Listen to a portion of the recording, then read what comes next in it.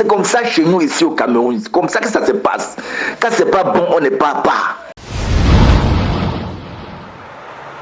Dis à ton frère est là qu'il arrête d'insulter les aînés. J'étais au conseil, on m'a pas dit. J'étais envoyé les photos. Tu comprends, non? Dès que je suis entré là, j'ai vu que c'était pas plein là, je suis sorti. Jusqu'à là, il a chié. Comme on dit chez nous au Cameroun, il a chié. Vous les Congolais, il y a une chose qui vous tue. Parce que vous, la musique, la voix, qu'est-ce que vous voulez dire? La voix, ce n'est pas la musique. Tu peux avoir une belle voix, mais si tu es mal entouré, ça ne vaut pas la peine. L'émission que Ferré a fait avec Karine Mokonzi, ça va jouer dans toute sa carrière, toute sa vie. Regarde comment il a chuté comme les caca. Il a chuté comme les caca pia. Fali va comprendre aujourd'hui que quand quelqu'un a une étoile, tout le monde s'accroche sur lui. C'est pour ça que je l'aime. Regarde quelqu'un comme Célio. Il est parti où? Il est parti où? Il y a surtout l'actualité congolaise. Célio est parti où? Où c'est qui? Où c'est Maître Manis? Maître Mali lui a arraché les dents. Maintenant, il est de porter plainte à Maître Manis. Il dit qu'il va porter plainte à Fali. Mais ça, c'est quoi ça?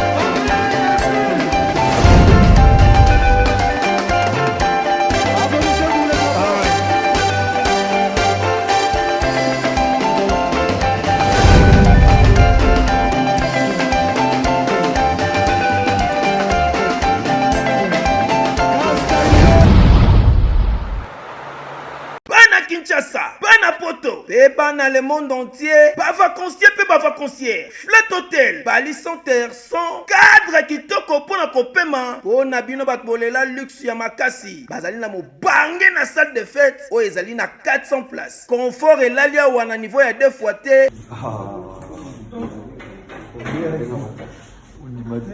Oh, vous commis déjà? Na commis déjà. Vous en avez vos frères? Ah ouais, c'est bon. Ah, n'a pas soyé. Boyana Bali Center, 7e rue. Awa ezali pona ba fête na bino batbolela ko sala mariage, anniversaire, conférence, collation de grade, réunion et service, to ba croisade, boya ko sala a boza mobimba. Mama, na salle de fête Bali Center, libana na yo ekoleka ndenge bayambaka Yesu na Yerusalem. Na Bali Center, ezaka ka salle de fête ya pamba. Moi si. Mobiki ici. Tata yoki kolela na yo. Na pesi yo libala. Bongo eloko nini ezangi. Na lakisa yo esika okosala fête na yo. Sal ezase moko. Bali Center. Bali Center. Olobi yango. Soki oyini na botoli lipamboli na ngai. Te mokonzi na imité. Na Bali Center, excellence dans la simplicité. C'est naturel. Et c'est mon avis, nous avons besoin de monene ya kolanda fimbu na fimbu news ya mokolo molelo avec votre humble serviteur Valdi Tambo, juge de famille na mibenga vraiment ndenge bato belé pe ba message na ngana nkombo ngo. En tout cas bana poto bana mokilo manabi ke na zuba remarque belé ba suggestion ba préoccupation na bino ou apesali koloba ke Valdi Tambo to ba na casquette vraiment ya muta banalise mais bando na fimbu c'est comme si ozobeta vraiment bon car na zobeta mambo car il y a des problèmes d'intégration. Moi, je suis comme une entreprise, il vraiment faut le s'intégrer. Oui, tactique, système de jeu qui est là. Surtout, il faut comprendre que COP, YouTube, c'est des rendez-vous de donner et de recevoir. Donc, si vous avez la vidéo, vous avez la vie, pourtant, vous avez quoi. En tout cas, vous avez vraiment Nazali, Soukali Mouké, surtout les fans de Obalinga, vraiment, vous avez belé à Rosaranate, maman, vous avez kitoko makasi à Rosaranate, vraiment, les papa français. Au sommaire, il y a les Masso, dans la communication, ce qu'on a vu, c'est artiste Kofi Olomide, légende vraiment de musique Yamboka, à Beta Kilobi na showbiz, donc ils ont bangé na concert, il y a dit c'est quitté. Peut-être que dernièrement, avec musicien Nabiso Fali pour parler à bon porte-étendard, il y a Mboka Nabiso vraiment Mboka un peu partout, à Tamboula partout vraiment dans le monde, dans Zaki Bongo dans les États-Unis d'Amérique, ou qui est musicien, Kimi Boina, mais bon, pas détail. Bon, on a une analyse dans le Kolomalilo. Côté Moussou, quand on a une prestation, une tournée, tout le monde a un artiste fait rigoler. Je suis de Niance, à Zaki Bongo, au Cameroun, pour la prestation, il y a un concert, il y a le 10 août, le 21, on a parlé des sports, il y a 5 000 francs CFA. En tout cas, il y a des détails. Hormis les détails, il y a une polémique qui a circulé pour la prestation, quand il y a un concert. En tout cas, tout ça, il y a un duplex. Il y a des Camerounais qui ont réagi concernant la prestation de Nabiso, il y a grand frère Nabiso Ferré. En tout cas, tu as évité bien de juger vraiment. Après, en tout cas, on a porté dans le Kilimba. Dans le barrel, on a la communication des organisations, comment gérer une entreprise. On a la théorie, on a le constructivisme. Théorie du constructivisme. Déconstruire pour bien construire, reconstruire plutôt. Donc, Bouka pour otonga bien. Bouka pour otonga bien, l'accimi bande konangai. Au moins, est-ce que ma bezali, tant sunda kunayo, cause à étage, cause à simple. Ce que c'est le fissure. Aux uns et l'autre, on soutient au sala. Pour aux uns et l'autre, on bambango, tout ça on mastique ton déni. Faut déconstruire un mot pour bander la reconstruire. En tout cas, bana poto, eza théorie moi qui toko vraiment ngai na sepela na makasi. Ce que on a moi débat côté na Google ou mais quelque peu une théorie de la constructivisme. Constructivisme yo senga pene côté bongo na quatre culture na biso, surtout na secteur où la musique vraiment pour buzoba comme koleka makasi, il y a beaucoup de tressaillements, bato se pencher car na buzoba, ba polémique mo trop éphémère. To boy été polémique ça m'a bêté. Mais je fais un habit, il y a concurrence. Concurrence, il y a ma bête, monsieur, comme il tombe sur Fingana, Kocholana, là, c'est n'importe quoi. Toluka, et le logo est salake, token de liboso. Que le logo est salake, tous à si comme tous à corrompre. Et ça peine bien té. Mais, avant, n'a mais quelque peu que bête à pena, que panzanteke, aux en extrait, où vraiment il y a concert, il y a grand mopao, au wapi. Souka na musique ya Rosarana te showbiz plein à craquer na moni batu oyo asombaki billet na pas na place VIP mais a vu chance wana te po monde le kake belé bika ba congolais pe na batongo ba organisation ebité ba billet zaki plus zaki na nombre moya ba place te tondé ni ndé la ke botom so boche 10 chaises pour na VIP botaki pe 10 billets ba ta VIP ba déclame so ba quotité keni pe na zaki wana pour nous relier à l'agréable et que vous avez commenté à Panaye, n'a pas sonné les canis. En tout cas, coup de chapeau na yo, grand mot pao, en tout cas, pena showbiz et tout ça qui. Whisky Wishia, image.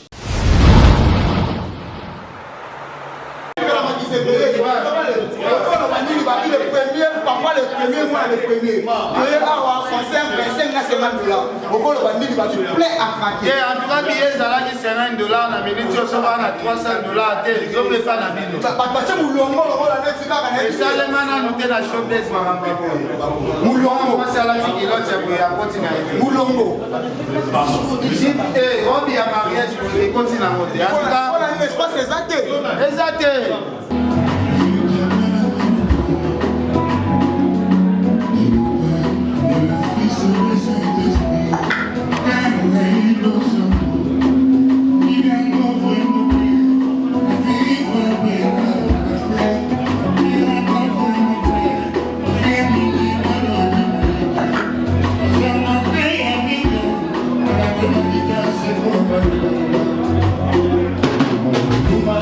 Para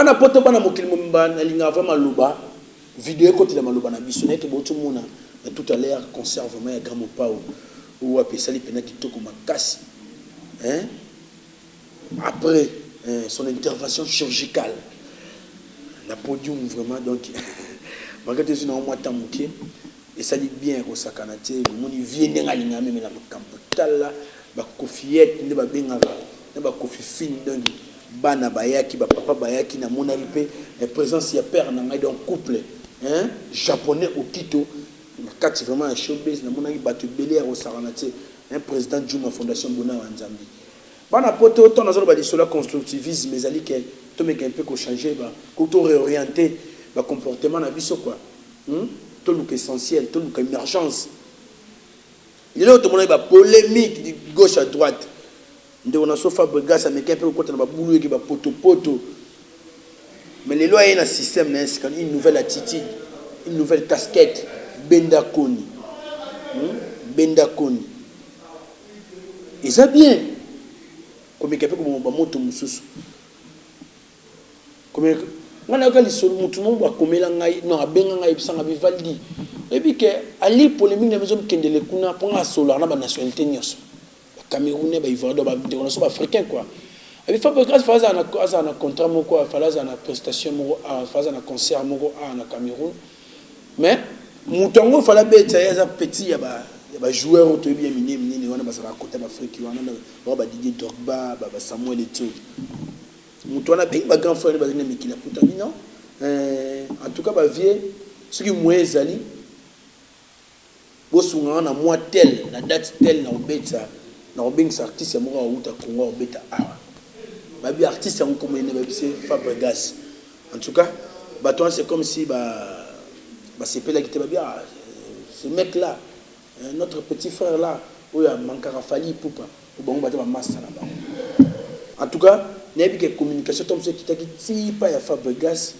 au wapi c'est une personne née d'une bonne famille une personne où a connu une famille chrétienne a même raisonner vie naie makambu naie faut que la liboso mais loko et comment botter là déjà comment créer là des garder fou boy faut nous connaître kassango a mais qui n'est comme qui t'a pas grand frère naie fali poupa à sa moindrie à s'enguiner pardon tout le monde va définir la télévision sur internet ba lobby lelo oyo to katse beza ita musu communication na toloba o ba benga sofa ba benga ki banini sope ba benga ba Didier Drogba bwina yesu bila pana yi nzoka nde batu musu ba benga kutute me bazana na samitema tout mona concert ya père na biso nga benga ba père bon par rapport ndenge lingale comment okende quoi faire rigole en tout cas ne balba en français et katom bayebi français bayebi donc échec en cascade wapi en tout cas marambe keinde singela kiti en tout cas et ça la ngai tout le monde master moi les carapé à mon appartenance janvier ou wapi yé comprenait que a vie na ngana zo memamo so na tu exemple pour na mon insistance na yona vie na ngana zo kende vraiment là ba makambo ba polémique yo ba manquement en tout cas ça la temps musu bien té a mais qui ne comme qui ça yé lelo to zangina na concert Koffi Olomide nek bo moni longi na e malgré tout temps ngina porte mais mon de mettre hôtel la kaka mais tellement ngina ba ken piana moto Koffi na ngo en tout cas le gain peut se repentir na mara mususu et ça la ke to ke libosoté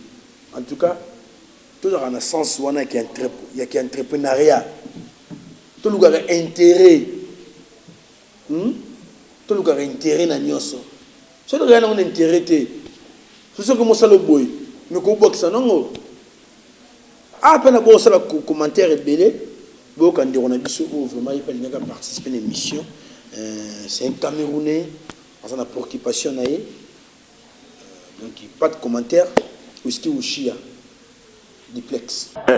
Oh bonjour mon frère Vladine. Ou c'est Vladine, c'est comment non? Je t'avais dit non? C'est-à-dire que nous au Cameroun, c'est comme ça que nous on est. Nous c'est que on aime les bonnes choses. Quand c'est pas bon, on n'est pas. C'est comme ça chez nous ici au Cameroun. C'est comme ça que ça se passe. Quand c'est pas bon, on n'est pas. Dis à ton frère est là qu'il arrête d'insulter les aînés, qu'il arrête de se combattre avec Fali. J'étais au conseil. On m'a pas dit. J'ai envoyé les photos. Tu comprends, non? Dès que je suis entré là, j'ai vu que c'était pas plein là, je suis sorti. Tu as suivi, non? La salle était vide. J'ai dit que la salle était vide. Malgré même que on a envoyé 5 artistes. 5 artistes camerounais, souvent sur les pieds quoi. On a mis 5 artistes camerounais sur les pieds pour lui donner du poids. Tu vois, non? Jusqu'à là, il a tapé pour tout. Jusqu'à là, il a chié. Comme on dit chez nous au Cameroun, il a chié. Tu as suivi, non? C'est un très bon chanteur. Je vous ai toujours dit, vous les Congolais, il y a une chose qui vous tue. Parce que vous, la musique, la voix, qu'est-ce qu'elle veut dire? La voix, ce n'est pas la musique. Tu peux avoir une belle voix, mais si tu es mal entouré, ça ne vaut pas la peine. Parce que la voix là, tu dois avoir un entourage qui doit veiller sur cette voix. Qui doit dire que non, comme chez vous, comme chez vous aimez appeler les patrons que prise. Non, prise, ce que tu veux faire là, c'est pas bon. Si tu fais comme ça, ça ne doit pas aller. Si tu fais comme ça va aller. L'émission que Ferré a fait avec Karine Mokonzi, ça va jouer dans toute sa carrière, toute sa vie.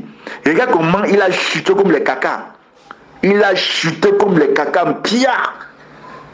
Tu me suis, non? Regarde comment il a chuté. Le conseil, il a d'abord fait un conseil VIP. Le conseil VIP, c'était pas mal parce que le conseil VIP, tout le monde pouvait entrer comme il voulait parce que tu vois, c'était un peu un truc vite fait quoi. Mais là où on l'attendait maintenant, c'était le palais de la culture parce que la seule personne qui a tué cette palais de la culture, mon frère, il n'y a rien à dire, c'est Fali. On a refoulé, il y a eu refoulement. Moi, je suis Camerounais. C'est palais de la culture. Aucun artiste camerounais a fait le plein de ces palais de la culture. Ils ont essayé, mais pas le plein que Fali a fait. Le nom de Fali reste gravé dans cette salle qu'on appelle le palais de la culture. Fergo l'a voulu tenter. Il s'est fait maudire le nez. Malgré le poids. Pourtant, Fali, c'était seul sur l'affiche. Il n'y avait personne à côté. Il n'y avait personne à côté dans ses billets, la vente dans ses billets. Les billets c'était combien? 10 000 et 15 000. Jusqu'à là, il a fait le plein. Il ne bavade pas trop.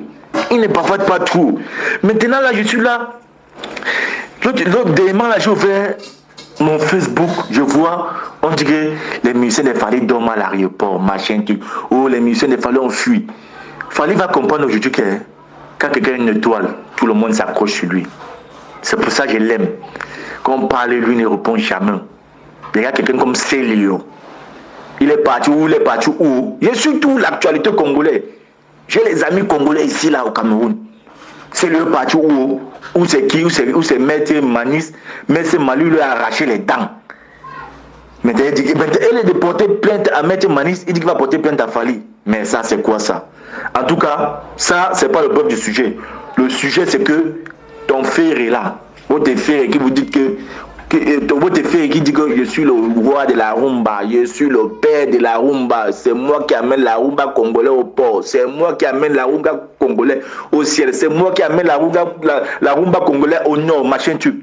Mais quelle rumba, mon frère? Quel genre de rumba? Kofi avait dit suivez le guide. Aujourd'hui, maintenant, c'est Fali. Quand Fali a sorti la boum Tokos. Oh, Akimi Rumba, c'est comme ça on dit, non? Va dire si je ne me trompe pas. J'espère que c'est comme ça on dit au Congo, à langue lingala. Akimi Rumba. Maintenant, Aza UPA. Maintenant, c'est un UPA. Ah! Mais j'ai suivi l'interview de Ferré. Ferré dit qu'il va aussi sortir 2 albums. Un album Rumba, un album international. Pitié. C'est un artiste que j'aimais, mais depuis qu'il a fait l'émission avec Karine Mokonzi, c'est Karine Mokonzi qui a sa chute. Son malheur maintenant provient de Karine Mokonzi. Pour que Ferré revienne dans l'actualité, qu'est-ce qu'il doit faire? Il doit demander les excuses à Werason. Par rapport à quoi? La chanson Vieux Jaloux. Parce que il a pris quelqu'un, il a mis le figurant qui figurait dans le clip, ressemblait effectivement à Wera. Il doit demander pardon. il va aussi demander pardon à M. Kofi Olomide, le grand Mopao. Mais pour Fali, je sais que ça serait bizarre, mais il faut aussi qu'il demande des excuses à Fali parce que tu as traité ton ami de PD. Tu l'appelais les Tantines Fanny dans ton émission avec Karine Mokonzi. Mon frère, c'est pour ça qu'on vous dit que Ferré est mal entouré. Quelqu'un qui est Marcaous pas n'importe quoi Ferré. Trésor Congolo, pas n'importe quoi Ferré. Garçon plaisir, pas n'importe quoi Ferré. Mon frère, arrêtons un peu ça. Regarde ce qu'il est parti faire au Cameroun maintenant. Il a tapé un poteau qui n'a pas de nom. Ça, c'est le plus gros poteau du monde entier. Le plus gros poteau de tous les artistes du monde entier. Ça, c'est le plus gros poteau. Un artiste n'a jamais tapé le genre de poteau là. Il a tapé le plus gros poteau du monde entier des artistes. Oh, sorry. Il faut que Ferrego la demande. Il faut que Ferrego la demande pardon à Fali, Kofi et Werrason. Sans ça, qui ne suit pas la bouche de Papa Chéri, Papa Chéri a fini. C'est un artiste que j'aime beaucoup, mais il y a un mot là qu'il avait dit. Je préfère être premier chez moi que d'être dernier à l'international. Quand tu es dernier à l'international, ça veut dire qu'à l'international, on te connaît déjà au moins. Quand tu es, c'est pour ça que Ferrego là, c'est un artiste local. Les conseils qui peuvent faire le plein, soit c'est au Congo, soit c'est à Brazzaville, soit c'est au Kenya. Mais dans d'autres pays, là, regarde, tu as bien remarqué bien. Quand Ferré pas jouer dans un pays neutre, que lui-même sait que là-bas, il n'y a pas de Congolais beaucoup. Tu vois, il ne fait jamais les vidéos. Il ne fait jamais les lives. Pourtant, regarde Fali. Partout où Fali passe, il fait tous les lives directs sur Facebook. Dans son Facebook, il fait tous les lives directs. Tout le monde voit comment. Bon, tout le monde voit en direct. Mais Ferré ne fait jamais. C'est la même chose qui s'est passé en Russie. En Russie, il avait tout tapé poteau. Mais comme il a quelqu'un qui bavarde plus qu'une femme, Marcaous vous dit que oh non, on a fait le plein en Russie, machin. Mais est-ce que toi, Valdi, tu as vu les images du conseil de la Russie? Est-ce que tu as un jour vu ça? Tu n'as jamais vu les images, les vidéos. Ferré doit demander pardon aux trois artistes là s'il veut qu'ils reviennent dans l'actualité. Fabregas a demandé pardon à Fali. Qu'est-ce que le Marcaous n'a pas dit? Oh, il a demandé pardon. Regarde comment lui-même assis là, lui-même il est fini. Il a demandé pardon, lui-même il est fini. Pourquoi il est parti demander pardon? Son patron doit demander pardon à M. Kofi Olomide, M. Werrason et M. Fali Poupa. Merci.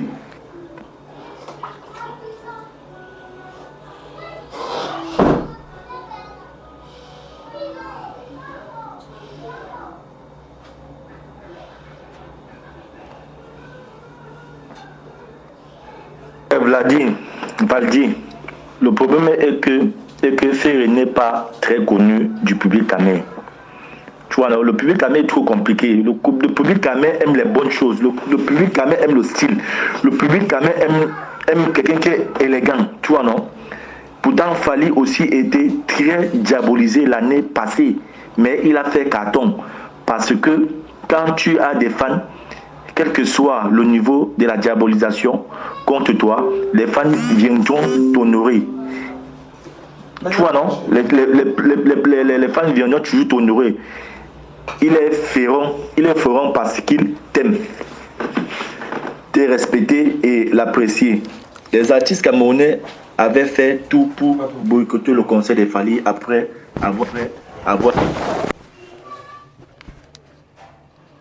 avoir vu le show de Dadju, notamment l'artiste ténor qui s'est même prononcé contre cette et a même dit au peuple camerounais de ne plus soutenir les artistes. Ouais, Valdi, le problème est que Ferré n'est pas très connu du public camerounais. Tu vois, le public camerounais est trop compliqué. Le public camerounais aime les bonnes choses. Le public camerounais aime le style. Le public camerounais aime quelqu'un qui est élégant. Tu vois, non? Pourtant, Fali aussi était très diabolisé l'année passée. Mais il a fait carton. Parce que quand tu as des fans, quel que soit le niveau de la diabolisation contre toi, les fans viendront t'honorer. Tu vois, non? Les fans viendront toujours t'honorer. Ils les feront parce qu'ils t'aiment, te respecter et l'apprécier. Les artistes camerounais avaient fait tout pour boycotter le concert de Fally après avoir vu le show de Dadju. Notamment l'artiste ténor qui s'est même prononcé contre cette production de Fally et a même dit au peuple camerounais de ne plus soutenir les artistes venant d'ailleurs pour faire le palais du sport chez eux. Mais hélas, les fans de Fally avaient répondu présent parce qu'il est connu du grand public et a beaucoup de fans. Voilà la différence entre lui et Ferry. C'est ça. Dites à Ferry qui continue à envoyer les marques à hausse, les garçons plaisir, les trésors congolos. Toujours aller insulter Fally, Kofi et Werrason. C'est un début. Sa chute est là. Il est fini. Il est fini. Depuis qu'il a fait l'émission avec Karine Mokonzi pour insulter Fally et Kofi Olomide, il a chuté comme les caca. Malgré même les 4 poids du Cameroun, les 4 artistes camerounais pour lui donner le poids jusqu'à aller la taper pour tout. Il n'y a même pas 100 personnes dans la salle. Même pas 100. Même quand il chantait, même sa voix ne sortait pas. Tellement il était déçu. Là, ça va lui laver la tête. Il va comprendre que la musique c'est quoi? Il faut te concentrer. La musique c'est pas seulement la voix. Tu peux avoir une belle voix, mais l'entourage ne te fait pas avancer.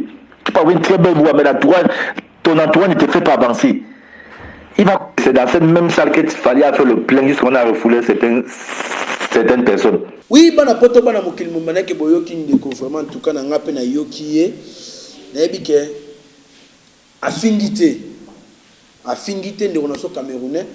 Pourtant to sala makambo to to yebaka. Oyoki na ba kombo muso azotanga ba Karine boy na boy.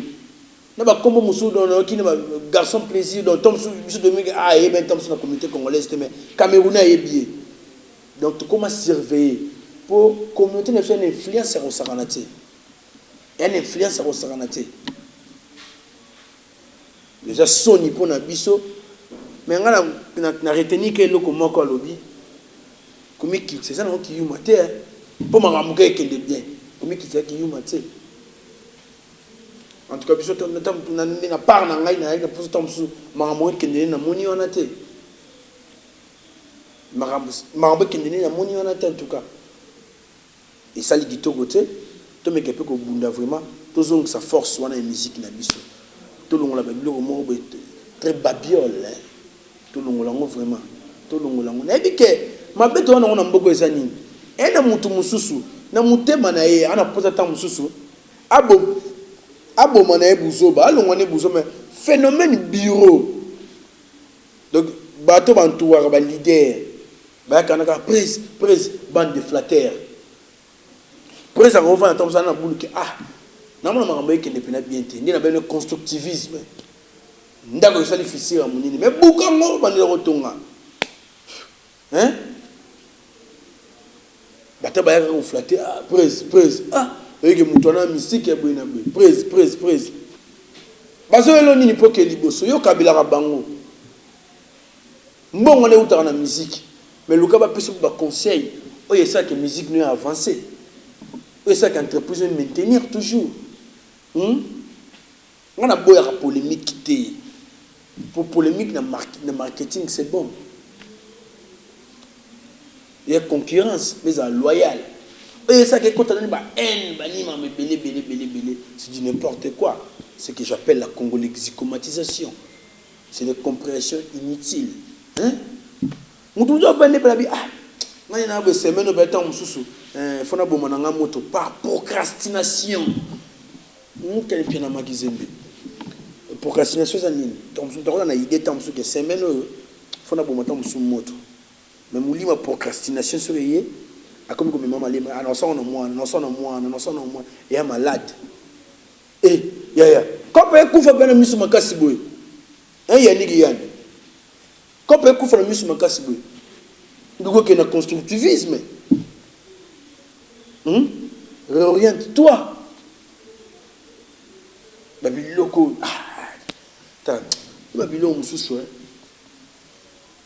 Analyse sur la bataille.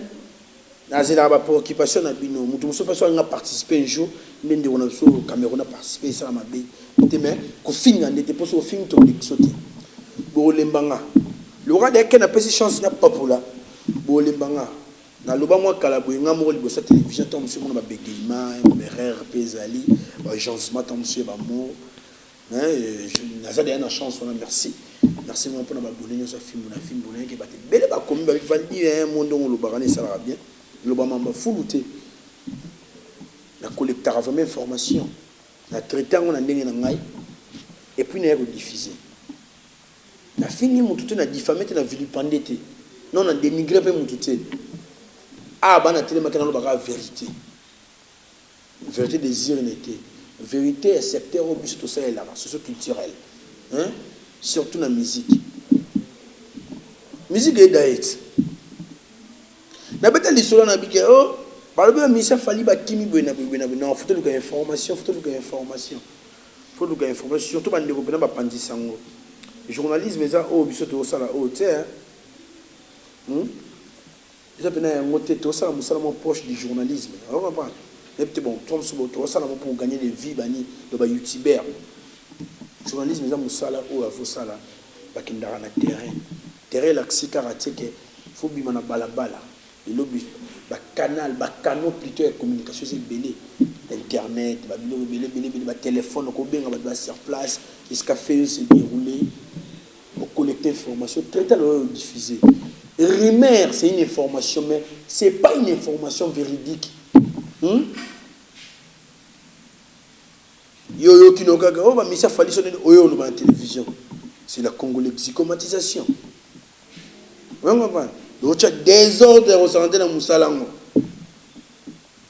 tout le gars peut bon ça peut boulon moké tout le gars peut bon ça nga ba to so na mona wale kina télévision azo sala ba makamna sa ba base mais nga tra Jonas c'est plan asala ba muni comme comédien mo sala na bien ni ba to so ba katula stress quoi c'est bon mais on ko ça ba na télévision et c'est important et c'est une importance c'était vraiment bah Michel fallait bien et bien dans une information venant par un directeur artistique du groupe Ginolia Kidea voilà le but je me qu'à expliquer vraiment quoi éclaircir pour rendre Babylone en clarté bah bête qui na ville mususu normalement bah on va comme là na New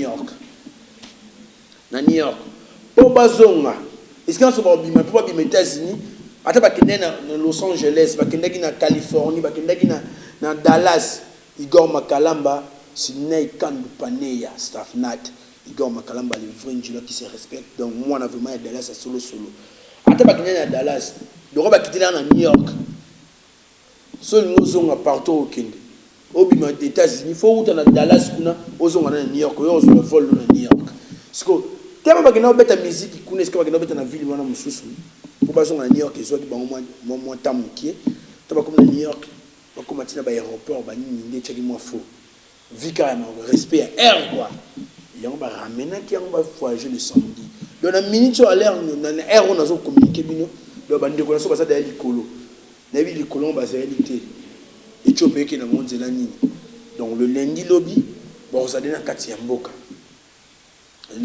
déjà des informations au plein à collecter qui n'a traité donc père n'a pas Basile Mazé ya monté ma maman Nadine Massidi et vous avez pas fouillé à ya mambo ko tsanga quoi malembe il y a sous fort na zongeli pena cop na ngai analysant tout le granit sont vraiment sous ma bezali en tout cas bana poto bana mokili no bimba bon na tikanga na remercier pour faire sa chance de remercier Kofi Olomide les quadra en tout cas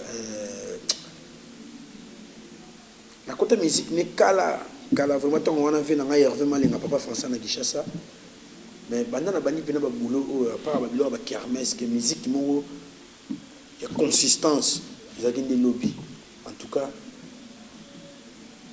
plein de monde bah tu es solo quoi